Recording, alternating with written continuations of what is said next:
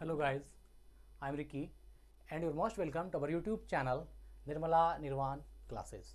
आज जो हम लोग केमिस्ट्री में टॉपिक देखने वाले हैं वो है समभारिक आइसोबार्स। हम लोग केमिस्ट्री देख रहे थे और इसमें आज चलेगा है ना आइसोबार्स या समभारिक क्या है। आज की वीडियो में जानेंगे समभारिक क्या है और समभारिक के क्या क्या गुण होते हैं, है ना, क्या क्या प्रॉपर्टीज़ है आइसोबार्स के, इसको हम लोग देखेंगे। तो चलिए पहले ये समझते हैं कि समभारिक क्या है। जैसा कि आप इस समभारिक को शब्द को तोड़ेंगे तो आप पाते हैं सम और भारिक। सम मतलब बराबर, अब भारिक मतलब भार में। ये जो है इस तरह से आप इसको देखते हैं। लेकिन चलिए पहले इसको समझते हैं हम लोग। वे तत्व है ना, वे तत्व जिनकी द्रव्यमान संख्या, वे तत्व जिनकी द्रव्यमान संख्याएं एक ही हो, जो मास नंबर है, द्रव्यमान संख्या है, वो समान हो, एक ही हो, परंतु परमाणु संख्या जो एटॉमिक नंबर है वो भिन्न भिन्न हो, एटॉमिक नंबर अलग अलग हो, उसको क्या बोलते हैं हम लोग? समभारिक। वो समभारिक कहलाते हैं। ठीक है, अभी इसका उदाहरण भी हम लोग देखेंगे कि एटॉमिक नंबर अलग अलग होना चाहिए लेकिन द्रव्यमान संख्या जो मास नंबर है वो सेम होना चाहिए। ठीक है ना। जैसे मान लीजिए हम बात करते हैं जो ऑर्गन है ना, जानते हैं ऑर्गन, इसको अगर आप लिखेंगे तो 18, 18 और 40 होता है एटॉमिक नंबर, जिसको हम लोग जेड से डिनोट करते हैं एटॉमिक नंबर को 18, और यहाँ जो 40 है, और इसे पोटासियम है, ये भी है, पोटासियम का 19 होता है एटॉमिक नंबर, और 40 जो है इसका मास होता है, द्रव्यमान होता है। तो ऑर्गन को देखिए और जो यहाँ पर पोटेशियम है दोनों को देखिए। यहाँ पर क्या है, दोनों में एटॉमिक नंबर, यहाँ पर एटॉमिक नंबर 18 है, यहाँ पर एटॉमिक नंबर 19 है। 18 और 19 एटॉमिक नंबर, मतलब जेड जो है दोनों में अलग अलग है, लेकिन ऊपर में जो आप देखिए यहाँ पर 40 द्रव्यमान संख्या और यहाँ 40, ये जो है दोनों का द्रव्यमान जो है सेम है। तो इस तरह के कंडीशन में ऑर्गन और पोटासियम क्या कहलाएंगे? ये कहलाएंगे समभारिक, जिसका कि एटॉमिक संख्या अलग अलग है लेकिन द्रव्यमान संख्या जो है वो सेम है। तो यही आपका डिफिनेशन है। वे तत्व जिनकी द्रव्यमान संख्याएं एक ही हो, मतलब द्रव्यमान संख्या दोनों का ही एक ही, 40-40 है तो द्रव्यमान संख्या एक ही हो किंतु परमाणु संख्याएं भिन्न भिन्न, एटॉमिक नंबर जो है भिन्न भिन्न हो, एटॉमिक नंबर भिन्न भिन्न होते हैं, समभारिक कहलाते हैं। तो ये आपस में क्या कहलाएंगे? समभारिक। ऑर्गन और पोटेशियम ये क्या कहलाएंगे? समभारिक कहलाएंगे, आइसोबार्स कहलाएंगे। ठीक है, चलिए आगे देखते हैं। समभारिकों की परमाणु संख्या में भिन्नता का कारण है।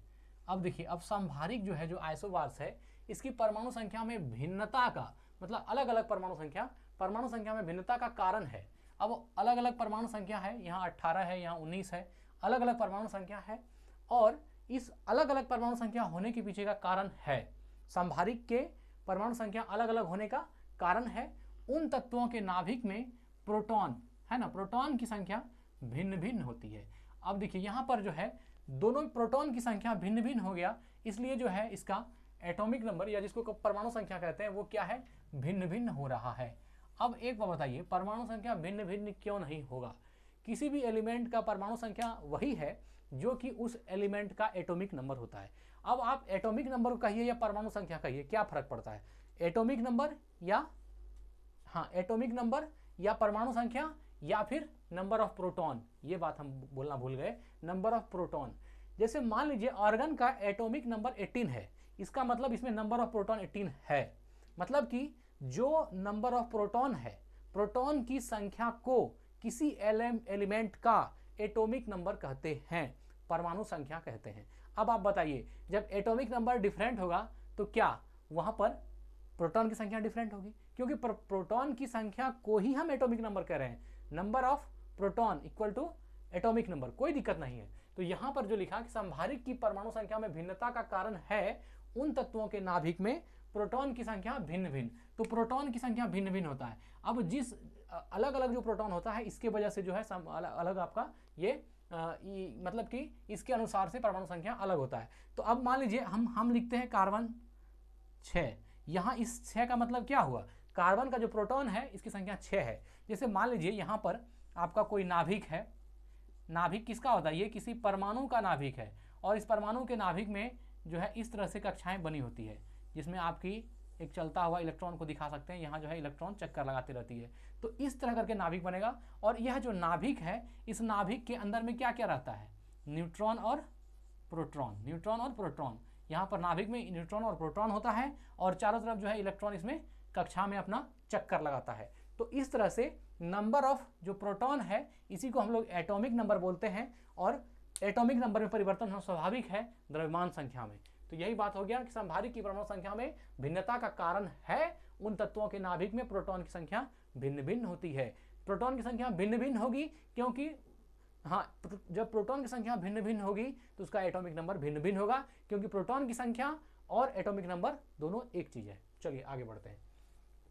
संभारिक एक ग्रीक भाषा का शब्द है। किसका है? एक ग्रीक भाषा का शब्द है जिसका अर्थ है समान भारी। संभारिक जो आइसोबार्स है ये ग्रीक भाषा का शब्द है। ये संभारिक तो अपना हिंदी भाषा का शब्द है, लेकिन आइसोबार्स जो है यह एक ग्रीक भाषा का अर्थ है, जिसमें आइसो का मतलब क्या होता है? समान। ISO, आइसो मतलब समान, और बार्स मतलब भारी, BARS, बार्स मतलब भारी, और ये दोनों मिलकर क्या हो गया? आइसोबार्स मतलब समान भारी, मतलब एक समान भार वाला, ये हो गया आइसोबार्स या संभारिक। तो संभारिक एक ग्रीक भाषा का शब्द है जिसका अर्थ है समान भारी, अर्थात आइसो मतलब समान और बार्स मतलब भारी। अब एग्जाम्पल देख लीजिए संभारिक का जो उदाहरण है वो कौन कौन है। देखिए यहाँ पर ऑर्गन जो होता है ना, ऑर्गन AR 1840 जो हमने लिखा था अभी उदाहरण में, ऑर्गन, ये ऑर्गन है। पोटेशियम जो K9040 पोटेशियम, तथा कैल्शियम C जो है 20 और 40 है ना, कैल्शियम 20-40 संभारिक हैं। ये आपस में क्या हैं? संभारिक हैं, क्योंकि इन तीनों की द्रव्यमान संख्याएं समान है। इस तीनों में द्रव्यमान संख्या कितना है? समान है। आप ऑर्गन 1840, पोटेशियम 1940 और कैल्शियम जो है ना, यहाँ पर कैल्शियम को भी लिख दीजिए जो 20-40 है ना, कैल्शियम 2040, यह जो है कैल्शियम 20-40 है। तो ऑर्गन, पोटेशियम और कैल्शियम ये तीनों ही क्या है आपका? इसमें देखिए, इसमें तीनों का ही जो मास नंबर है वो सेम है। एटॉमिक नंबर यहाँ 18 है, यहाँ 19 है और यहाँ 20 है। एटॉमिक नंबर अलग अलग है, लेकिन इसके बावजूद द्रव्यमान संख्या जो है तीनों में सेम है। इसलिए ऑर्गन, पोटेशियम और कैल्शियम ये आपस में क्या हुए? संभारिक हुए, या आपस में तीनों संभारिक कहलाते हैं, या इन तीनों का द्रव्यमान संख्या समान है, इसलिए इसको हम लोग संभारिक कहते हैं। दूसरा उदाहरण देख लीजिए, नाइट्रोजन है ना, N70, N जो है 7 और 14 है, नाइट्रोजन N714 तथा कार्बन जो है 614 संभारिक हैं, क्योंकि इन दोनों की द्रव्यमान संख्याएं समान है। यहाँ जो मास नंबर है 14 इसमें भी है और मास नंबर 14 इसमें भी है, तो द्रव्यमान संख्या नाइट्रोजन का और कार्बन का, नाइट्रोजन 714 और कार्बन 614 क्या है? ये संभारिक हैं, क्योंकि इन दोनों की जो द्रव्यमान संख्याएं हैं वो क्या है? समान है, आपस में समान है। अब एक उदाहरण और है, सोडियम। सोडियम देखिए 11-24 तथा मैग्नीशियम जो है 12-24, मैग्नीशियम 12-24, ये भी आपस में संभारिक हैं, क्योंकि इनकी द्रव्यमान संख्याएं क्या है? समान है। तो इतना उदाहरण आपको सामने मिल रहा है ना, सोडियम और मैग्नीशियम। सोडियम और मैग्नीशियम क्या है? आपस में संभारिक है, क्योंकि सोडियम जो 11-24 है और जो मैग्नीशियम 12-24 है, दोनों का क्या है? दोनों में जो मास नंबर है 24-24 ये समान है, इसलिए ये क्या हो गया? सोडियम और मैग्नीशियम जो हो गए ये आपस में संभारिक हो गए, आइसोबार्स कहलाएंगे। ठीक है, तो यहाँ तक तो हम ये देख लिए संभारिक किसको बोलते हैं, या संभारिक का उदाहरण एग्जाम्पल कौन कौन सा है। अब जो है हम लोग देखेंगे संभारिक के गुण, है ना, इसके क्या क्या प्रॉपर्टीज हैं, क्या क्या संभारिक के गुण होते हैं उसको देखेंगे। तो यहाँ पर देखिए 5-6 पॉइंट लिखा हुआ है, सबको हम लोग समझेंगे। देखिए पहला है, संभारिक के अधिकांश भौतिक गुण जो फिजिकल प्रॉपर्टीज हैं एक दूसरे से भिन्न होते हैं। याद रखिएगा, इसमें क्या हो गया? फिजिकल प्रॉपर्टीज जो होगा वो भिन्न होगा, एक दूसरे से मिलेगा नहीं, ये याद रखिएगा। संभारिक के या आइसोबार्स के जो अधिकांश भौतिक गुण होते हैं, फिजिकल प्रॉपर्टीज होते हैं, वे एक दूसरे के क्या होते हैं? एक दूसरे से भिन्न होते हैं, एक दूसरे के समान नहीं होते हैं, एक दूसरे के भिन्न होते हैं। जैसे मान लीजिए हम इस संदर्भ में बात करें, ऑर्गन, पोटेशियम और कैल्शियम ये तीनों जो है संभारिक हैं, लेकिन ऑर्गन का जो भौतिक गुण होगा, पोटेशियम का जो भौतिक गुण होगा और जो कैल्शियम का भौतिक गुण होगा, तीनों का ही भौतिक गुण क्या होगा? अलग अलग होगा, एक समान जो है भौतिक गुण इसका नहीं होगा, ये याद रखिएगा। ठीक है, चलिए संभारिकों के रासायनिक गुण। अब केमिकल प्रॉपर्टीज का बात करता है कि जो आइसोबार्स हैं इसके केमिकल प्रॉपर्टीज एक दूसरे से सर्वथा भिन्न होते हैं, मतलब भिन्न नहीं होते हैं सीधा। अब केमिकल प्रॉपर्टीज में ऑर्गन का सीधा अलग होगा, किससे? पोटेशियम से, और पोटेशियम सीधा अलग किसका होगा? कैल्शियम का। मतलब कि ऑर्गन, पोटेशियम और कैल्शियम का, इस तीनों का जो रासायनिक गुण है, केमिकल प्रॉपर्टीज है, वह सर्वथा भिन्न होगा। इस तीनों का जो फिजिकल प्रॉपर्टीज है, भौतिक गुण है, वह भी सीधा भिन्न होगा। सिर्फ एटॉमिक नंबर डिफरेंट हो गया और मास नंबर सेम हो गया, इससे ये सभी जो है एलिमेंट संभारिक तो कहलाए, लेकिन इसका रासायनिक गुण और इसका भौतिक गुण सर्वथा अलग अलग है। ये तीनों एक जैसे नहीं है, इसका गुण अलग अलग है। अब देखिए, संभारिकों के वे भौतिक गुण एक समान होते हैं, संभारिकों के वे भौतिक गुण एक समान होते हैं जो परमाणु द्रव्यमान पर निर्भर करते हैं। अब देखिए, कुछ संभारिकों का भौतिक गुण भी समान होता है, लेकिन यह उसके लिए है ना, जो परमाणु द्रव्यमान पर निर्भर करता है। संभारिकों के वे भौतिक गुण एक समान होते हैं, संभारिकों के वे भौतिक गुण एक समान होते हैं जो परमाणु द्रव्यमान पर निर्भर, जो एटॉमिक मास पर निर्भर करते हैं। किसी किसी में जो है एक समान का भौतिक गुण भी होगा, तो यह किस पर डिपेंड करेगा, यह परमाणु द्रव्यमान पर, एटॉमिक मास पर डिपेंड करेगा। ठीक है, चलिए अगला पॉइंट देखते हैं। रेडियो सक्रिय तत्वों के बीटा कणों के उत्सर्जन से संभारिक बनते हैं। मोस्ट इंपॉर्टेंट है, इसको ध्यान में रख लीजिएगा, है ना, ये पॉइंट बहुत महत्वपूर्ण है। रेडियो सक्रिय तत्व के बीटा कणों के उत्सर्जन, जो अल्फा कण, बीटा कण, गामा कण पढ़ते हैं, तो रेडियो सक्रिय तत्व के बीटा कणों के उत्सर्जन से, बीटा कण का जब इमिशन होता है, उत्सर्जन होता है, तो उस उत्सर्जन से संभारिक बनते हैं। क्या बनते हैं? संभारिक। इस लाइन में आपको यह ज्ञात हो जाता है कि संभारिक बनते कैसे हैं, है ना, संभारिक का जो बनना होता है वो कैसे होता है। तो रेडियो सक्रिय तत्व के बीटा कण के उत्सर्जन से, रेडियो सक्रिय तत्व के बीटा कण के उत्सर्जन से संभारिक बनते हैं। चलिए अगला देखते हैं पॉइंट। संभारिक परमाणुओं के इलेक्ट्रॉन, प्रोटॉन और न्यूट्रॉन की संख्या अलग अलग होती है। ये तो बिल्कुल सही है। संभारिक परमाणुओं का, जो संभारिक परमाणु है, उसका इलेक्ट्रॉन, प्रोटॉन और न्यूट्रॉन की संख्या क्या होगी? अलग अलग होगी, वह एक समान नहीं होती है। अब यहाँ पर आर्गन, पोटासियम और कैल्शियम तीनों जो है संभारिक तत्व हैं, लेकिन तीनों के परमाणु के जो इलेक्ट्रॉन की संख्या है, प्रोटॉन की संख्या और न्यूट्रॉन की संख्या है, वो सब में अलग अलग होगा। मतलब आर्गन में जो इलेक्ट्रॉन, प्रोटॉन, न्यूट्रॉन की संख्या होगा, और जो पोटासियम में इलेक्ट्रॉन, प्रोटॉन, न्यूट्रॉन की संख्या होगा, और जो कैल्शियम में इलेक्ट्रॉन, प्रोटॉन, न्यूट्रॉन की संख्या होगा, सब में अलग अलग होगा। तो यही बात बोला कि संभारिक परमाणुओं के इलेक्ट्रॉन, प्रोटॉन और न्यूट्रॉन की संख्या अलग अलग होती है, वो एक समान नहीं होती है, अलग अलग होती है। अब है संभारिक परमाणु आवर्त सारणी में, मोस्ट इंपॉर्टेंट है, संभारिक परमाणु आवर्त सारणी में अलग अलग स्थानों पर होते हैं। इसका स्थान भी अलग अलग होता है, याद रखिएगा। जो संभारिक परमाणु है आवर्त सारणी में अलग अलग होते हैं। अब ये बात बताइए, संभारिक परमाणु आवर्त सारणी में अलग अलग होते हैं, और जो समस्थानिक आइसोटॉप्स की बात करते हैं, जो समस्थानिक आइसोटॉप्स परमाणु होते हैं, वो आवर्त सारणी में एक ही स्थान में होते हैं। ऐसा क्यों?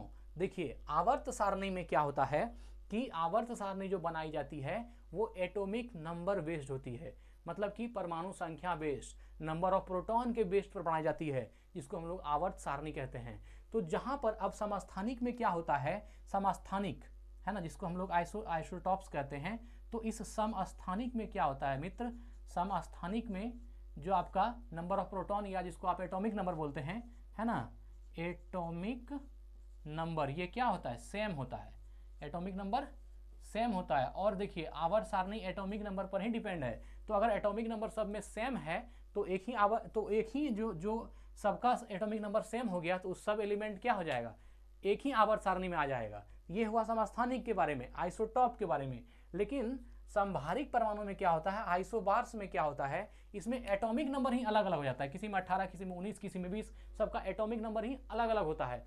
अब आवर्त सारणी डिपेंड है एटॉमिक नंबर पर, क्योंकि एटॉमिक नंबर्स के पर ही बेस्ड होकर के उसमें एलिमेंट सजाए जाते हैं। अब जब एटॉमिक नंबर सबका अलग अलग है, तो यह बात स्वाभाविक है कि सभी एलिमेंट अलग अलग होंगे, जबकि समस्थानिक में ऐसी बात नहीं है। आइसोटॉप्स में या समस्थानिक में यह बात होती है कि उसका एटॉमिक नंबर जो है सबका सेम ही है, तो एटॉमिक नंबर सेम है तो सेम आवर्त में आ जाएंगे। लेकिन जब हम संभारिक की बात करते हैं तो वहां पर एटॉमिक नंबर डिफरेंट है, इसलिए एटॉमिक नंबर डिफरेंट होने के कारण सब एलिमेंट क्या होगा? अलग अलग हो जाएगा, एक जगह नहीं होगा। इसलिए क्या लिखा कि संभारिक परमाणु आवर्त सारणी में अलग अलग स्थानों पर होते हैं। आवर्त सारणी में जितना भी संभारिक परमाणु होगा वो अलग अलग होगा। लेकिन अगर समस्थानिक का बात करेंगे तो यहाँ होगा समस्थानिक परमाणु आवर्त सारणी में एक ही स्थान पर होते हैं, समस्थानिक में एक ही स्थान पर और संभारिक में अलग अलग स्थान पर होंगे। तो आज हम लोग संभारिक का आइसोबार्स किसको बोलते हैं और आइसोबार्स के प्रॉपर्टीज क्या क्या हैं, इसको हम लोग यहाँ देखें हैं। अब आगे अगली वीडियो में देखेंगे अगले टॉपिक को। धन्यवाद, स्वस्थ रहें, अपना ख्याल रखें। जय हिंद, जय भारत।